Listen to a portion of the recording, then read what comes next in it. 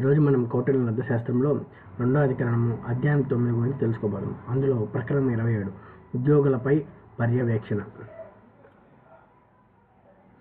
అమాతుల్యకుండవలసిన అర్హతలన్నింటినీ గలవారై అధ్యక్షులందరూ వారి వారి సామర్థ్యమును బట్టి కార్యములలో నియోగింపబడవలెను. మానవులు చంచల చిత్తుల కనుక రాజు నిత్యము వీరి కార్యములను పర్యవేక్షించుండవలెను. మనుష్యులు గుర్రముల లక్షణములు కలవారు కాదు కదా, అందుచేత కార్యములందు నియుక్తులైనప్పుడు వికారమును పొందేవారు.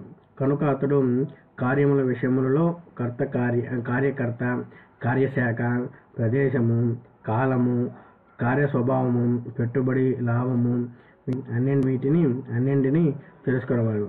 వీరందరూ కలయిక తమలో తాము కలహించక రాజాజ్ఞానుసారము వారి కార్యములను కొనసాగించవలెను. అందరూ కలిసిన పక్షమున ఫలితమును భక్షించవేయుదురు, కలహించిన పక్షమున నాశనం కావించెదరు. రాజునకు తెలియపరచక ఆపత్ప్రతీకారములను తప్ప తక్కిన కార్యములలో దేనిని కూడా ప్రారంభించరు. వారిలో జాగరూకత లోపించినప్పుడు వారి దినవేతములను ఇతరములైన ఖర్చులను రెండింతల దండమును విధించవలెను. వారిలో అజ్ఞానుసారముగా గాని అంతకంటే లాభకరముగా గాని కార్యమును నిర్వహించిన వాడు ఉన్నత స్థాన గౌరవములు పొందవలెను. స్వల్ప జీతపు ఉద్యోగి అధిక వ్యయము చేయుచున్న పక్షమున రాజు ద్రవ్యమును భక్షించుచున్నాడు. దీనికి విరుద్ధముగా ప్రవర్తించిన వాడును జీతమున కనుగొనమున వ్యవహరించేవాడును భక్షించుడు అని ఆచార్యులు గూఢ పురుషులు సాధమునందనే దీనిని తెలుసుకొనవలెను అని కౌటిల్యుడు. ఎవడు రాజయమునకు నష్టము కలిగించుచున్నాడో వాడు రాజద్రవ్యమును భక్షించుచున్నాడు. వాడు అజ్ఞానాది వలన నష్టము కలిగించిన పక్షమున రాజు తగు విధమున నష్టమునకు కొన్ని రెట్లు ఎక్కువగా అతడు పరిహారమును చెల్లించినట్లు చేయవలెను. ఎవడు రాజాయమును 2 రెట్లు పెంచుచున్నాడో వాడు జనపదమును భక్షించుచున్నాడు. అతడు రాజునకు చేసిన ఎడల అతడు చేసిన అపరాధము స్వల్పమైనప్పుడు వారిని మందించవలెను. అధికమైన ఎడల అపరాధములను శిక్షించవలెను. ఎవడు లభించిన ఆదాయమునంతను వ్యయమునైనట్టు చూపుచున్నాడో వాడు మనుషుల కార్యములను భక్షించుచున్నాడు. పని చేయవలసిన రోజులలోనూ వస్తువుల ఖరీదులలోనూ కార్మికుల వేతనములలోనూ నష్టం కలిగించినప్పుడు అపరాధసారము అతన్ని శిక్షించవలెను. కనుక ఎవడు జ్ఞానానుసారము ఏదైనా ఒక ప్రత్యేక శాఖల్లో అధికారిగా నియమించబడుతున్నాడో అతడు వానికి రాజునకు ఆ పని యొక్క సత్య స్వభావము, దానికి సంబంధించిన వ్యయములను విడివిడిగాను మొత్తముగాను తెలియపరచును.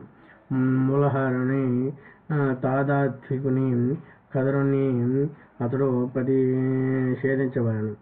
తండ్రి తాతల నుండి సంక్రమించిన ధనమునకు న్యాయ విరుద్ధముగా ఖర్చు పెట్టేవాడు మూలహారుడు. గడించిన దానినంతను వెంటనే ఖర్చు పెట్టిన వాడు తాదాత్వికుడు. ఎవడు తన మీద ఆధారపడిన వారి తన్ను బాధలకు పాలు చేసి ధనమును కూడబెట్టుచున్నాడో వాడు కదర్యుడు. పసిని కొట్టు ఇట్టి వాని మీద అనేకములు ఆధారము పడి ఉన్న ఎడల అతనిని ఆస్తిని తీసుకొనరాదు. ఇట్లు కాని పక్షమున తీసుకొనవలెను. ఎవడు అధికారమునకు అధికారిగా నియమించబడిన కదర్యుడై ఆయనమును తన ఇంటి యొద్ద దాచుకున్నాడు, లేదా పారజాన పదములకు నిలువలుగా ఇచ్చుచున్నాడో, లేదా శత్రువుల దేశములకు పంపించుచున్నాడో వాని సహాదారులను, మిత్రులను, వృత్తులను, బంధువులను, అతని వస్తువుల రాకపోకలను ఒక గూఢచారి కనుగొనెను. శత్రుదేశమందు సంచరించు అతని వృత్తునికి విశ్వాసపాత్రుడై అతని రహస్యమును తెలుసుకొనెను. సమస్తము తెలిసిన తర్వాత శత్రువు ఉత్తరమున పంపెను విషతో అతనికి చూపించవలెను. కావున సంఖ్యాయులుకులు లెక్కలు తయారు చేయవారు లేఖలకు రూపదర్శకులు, నాణెములను పరీక్షించువాడు, నీవి గ్రాహకులు, శేషించిన నీళ్లను